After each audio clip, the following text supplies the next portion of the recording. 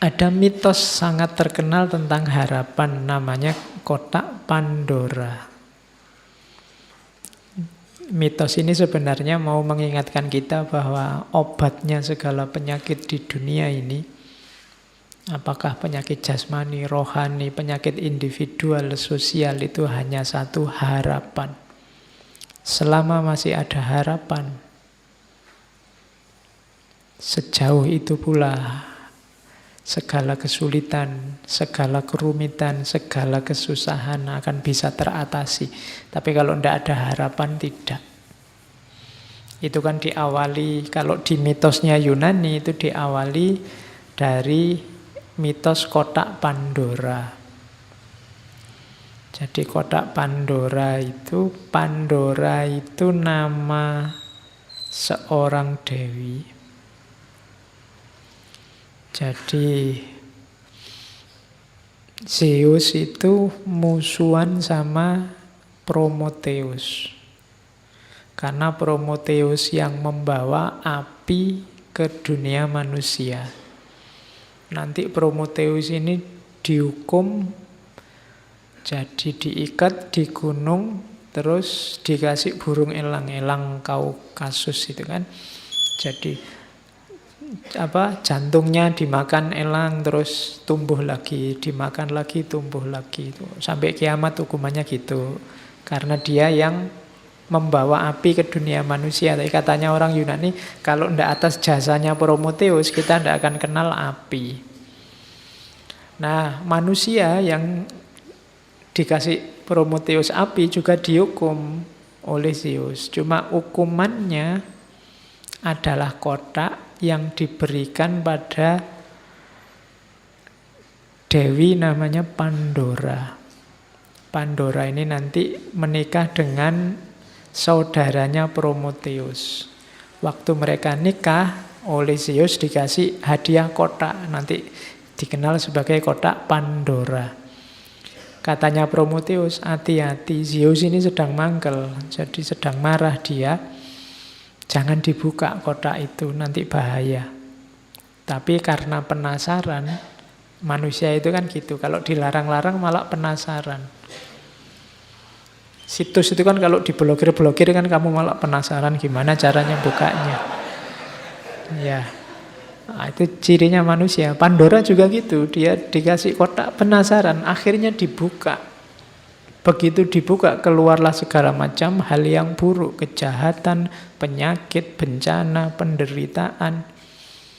Oh, itu membuat sedih kok yang keluar ini semua. Akhirnya dunia manusia kan jadi rusak. Tapi terakhir Pandora melihat, masih ada satu sisa di dalamnya, yaitu harapan.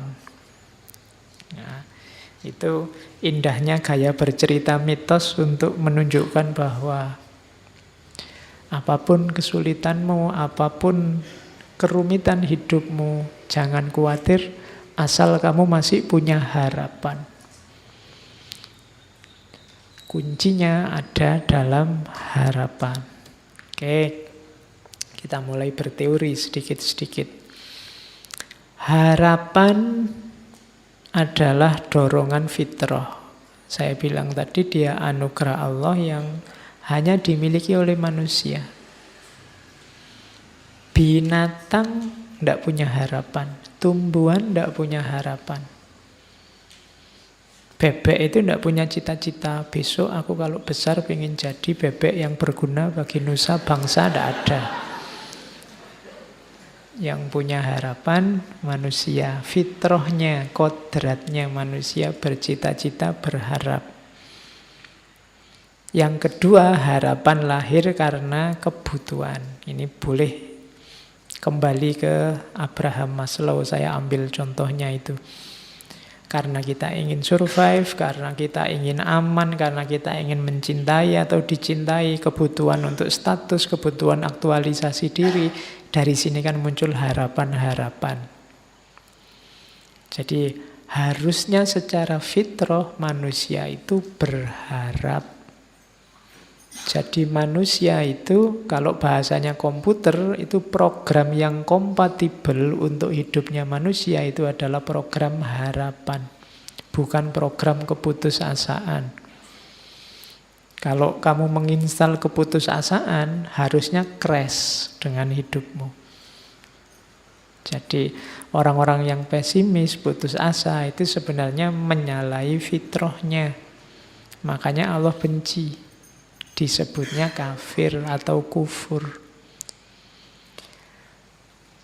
Terus, selain itu, harapan juga di teori yang lain disebutkan lahir oleh situasi hidupmu, termasuk dari masyarakat.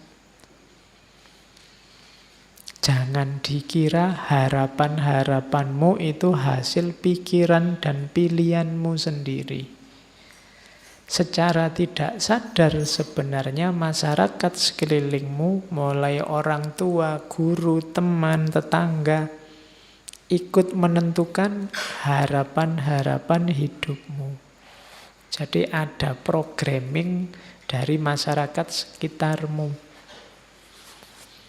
Maka jangan gaya, jangan merasa bahwa saya ini bebas loh Pak, cita-citaku, keputusanku sendiri, enggak. Di situ ada ilustrasinya, biasanya anaknya pedagang itu ya mentalnya dagang dan cepet. Kalau disuruh berharap untuk dagang, anaknya guru juga begitu, anaknya pemikir juga begitu, biasanya. Jadi cita-cita, harapan itu mix antara fitrah individu, kebutuhan masing-masing orang, plus programming dari masyarakatnya. Jadi teori ini mau bilang bahwa setiap orang harus sadar sebenarnya kebebasan mutlak untuk manusia itu tidak ada. Kamu yang merasa bebas sebenarnya tidak bebas juga. Masyarakatmu pasti mempengaruhi ekspektasi dan harapanmu. Bukan keinginanmu sendiri. Ketidaksadaran ini nanti sering membuat orang jadi patah hati, stres, depresi, konflik. Jadi harapan itu darimu dipengaruhi oleh masyarakat, didorong oleh kebutuhan.